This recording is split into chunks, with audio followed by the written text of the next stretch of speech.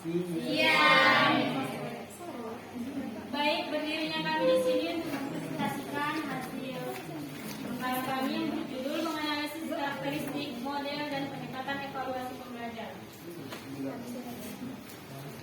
Yang sama kita hormati Ibu mata kuliah, nggak ada Ibu mata kuliah, dosen pengampu mata kuliah evaluasi pembelajaran, dan yang kami sayangi sekalian teman-teman sekalian.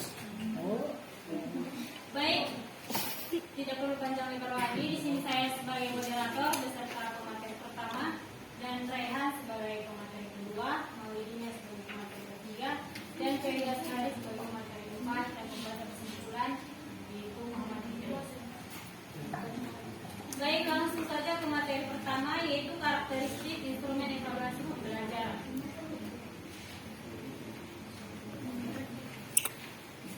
Evaluasi sangat berguna untuk meningkatkan kualitas sistem pembelajaran, di mana evaluasi tidak dapat dipisahkan dengan pembelajaran karena keefektifan pembelajaran hanya dapat diketahui melalui adanya evaluasi. Ada beberapa karakteristik instrumen evaluasi yang baik. Yang pertama ada valid, yang kedua ada legal, ketiga ada relevan, keempat representatif, kelima praktis, selanjutnya diskriminatif dan spesifik beserta proporsional. Baik, ke materi kedua saya persilakan. Baik, di sini saya akan menerangkan materi kami yaitu tentang model evaluasi pembelajaran. Yang dimana ada beberapa poin dalam model evaluasi pembelajaran ini, yaitu yang pertama evaluasi formatif yang dimana dilakukan selama proses pembelajaran berlangsung untuk memberikan umpan balik kepada siswa dan guru. Tujuannya adalah memantau kemajuan belajar dan mengidentifikasi area yang perlu diperbaiki. Poin yang kedua, evaluasi sumatif, yaitu dilakukan setelah pembelajaran selesai untuk menilai pencapaian siswa secara keseluruhan. Biasanya berbentuk tes, ujian, atau proyek akhir. Yang ketiga, evaluasi diagnostik, yaitu dilakukan sebelum pembelajaran dimulai untuk mengidentifikasi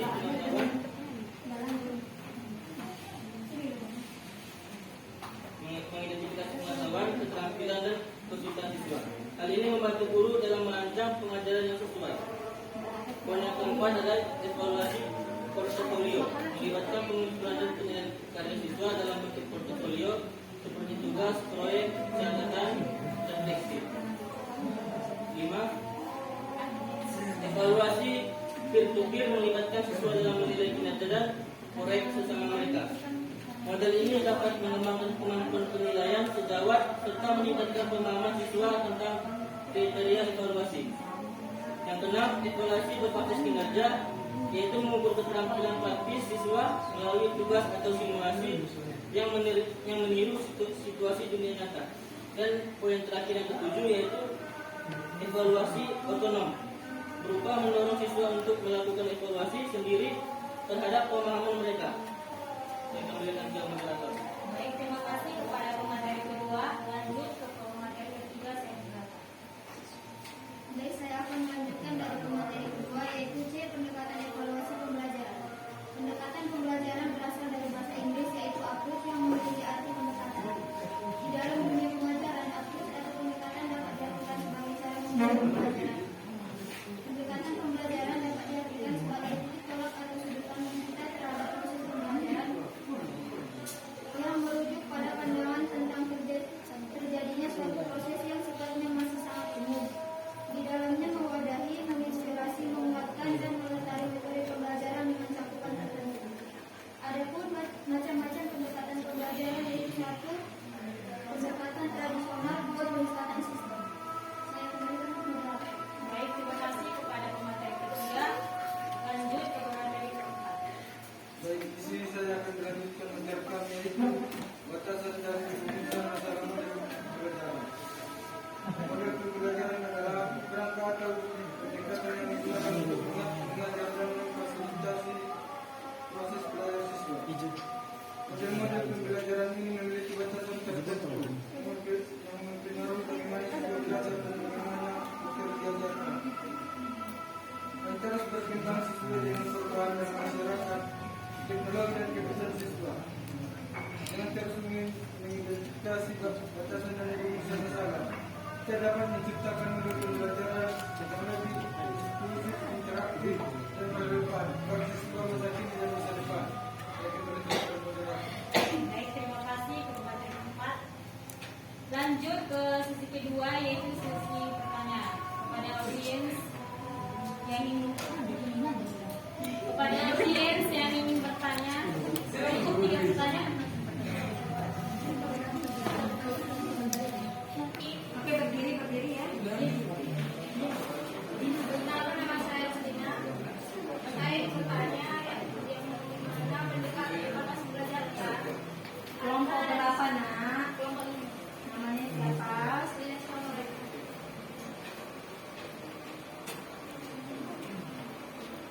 Oke. Coba jelaskan apa yang dimaksud pendekatan tradisional dan pendekatan sistem. Tolong ya, kalau bertanya itu apa yang dimaksud pendekatan ini? Sebenarnya kan udah ditanya, udah dijelaskan ya kan? Maunya itu ibu itu nanyanya itu gimana ya? Baik, perkenalkan nama saya Fatur Rahman dari kelompok 4 kelompok 5. Saya ingin bertanya di bab B, model-model evaluasi pembelajaran. Jadi di situ ada evaluasi diagnostik yang dimana mengidentifikasi pengetahuan, keterampilan dan kesulitan siswa. Jadi yang saya ingin tanyakan, coba apakah ada contoh dari kesulitan, keterampilan dan mengidentifikasi pengetahuan itu? Coba jelaskan dan coba berikan contoh. Saya kembalikan.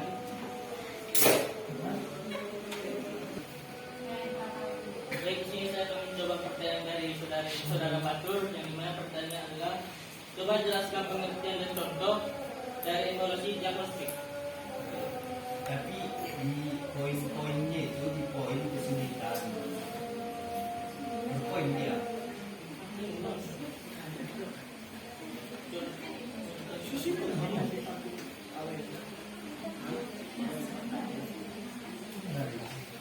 Di sini saya akan menjelaskan dulu pengertian dari evaluasi diagnostik. Itu adalah proses pengumpulan dan analisa data untuk mengevaluasi pemahaman siswa terhadap materi pembelajaran tertentu, yang dimana tujuan utamanya adalah untuk mengidentifikasi kekuatan dan kelemahan siswa dalam hal pengetahuan dan keterampilan yang diukur.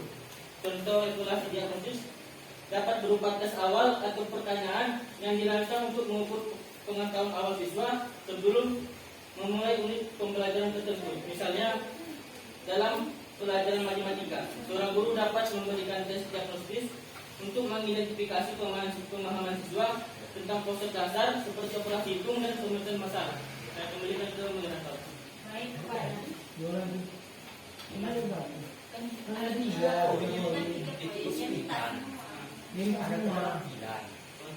Ada. Tentang keterampilan evaluasi diagnostik, yang dimana kemampuan yang dibutuhkan oleh guru atau evaluator untuk secara efektif merancang dan melaksanakan evaluasi diagnostik. Berikut contoh keterampilan dari evaluasi diagnostik itu merancang instrumen evaluasi, yang dimana keterampilan ini melibatkan kemampuan untuk merancang tes, pertanyaan dan aktivitas yang sesuai dengan tujuan evaluasi diagnostik. Yang kedua, contohnya seorang guru matematika merancang tes diagnostik yang mencakup berbagai konsep seperti operasi, hitung, aljabar dan geometri untuk mengukur pemahaman awal siswa. Yang kedua, mengelola waktu dan sumber daya. Keterampilan ini melibatkan kemampuan untuk mengatur waktu dengan efisien dan menggunakan sumber daya yang tersedia secara efektif selama proses evaluasi diagnostik. Contohnya, seorang guru bahasa Inggris mengatur waktu dengan baik untuk memberikan tes diagnostik tertulis pada siswa, memastikan bahwa semua siswa memiliki cukup waktu untuk menyelesaikan tes. Yang ketiga, menganalisis data evaluasi. Keterampilan ini melibatkan kemampuan untuk menganalisis dan menginterpretasikan data hasil evaluasi diagnostis dengan cermat. Contohnya, seorang guru ilmu pengetahuan menganalisis hasil tes diagnostik siswa dan mengidentifikasi bahwa sebagian besar siswa mengalami kesulitan dalam memahami konsep diagnostik. Yang kedua, kesulitan kan? kesulitan yang mungkin muncul dalam evaluasi diagnostis meliputi keterbatasan waktu, yang dimana evaluasi diagnostis seringkali harus dilakukan dalam jangka waktu yang terbatas. Yang kedua, subjektivitas. Evaluasi diagnostis dapat dipengaruhi oleh faktor subjektif seperti penilaian guru atau kesalahan interpretasi data yang mempengaruhi validitas dan rehabilitas hasil evaluasi. Yang ketiga, keterampilan interpretasi, yaitu analisis dan interpretasi dalam data evaluasi diagnostis membutuhkan keterampilan yang kuat. Dan yang terakhir, keterbatasan instrumen. Instrumen evaluasi yang digunakan mungkin memiliki keterbatasan dalam mengukur aspek penting dari pemahaman siswa. Guru perlu memastikan bahwa instrumen evaluasi yang mereka gunakan memadai dan mencakup aspek yang relevan. Saya kembalikan ke moderator. Baik, kepada Pak Bang, mana apakah jawaban dari yang dapat?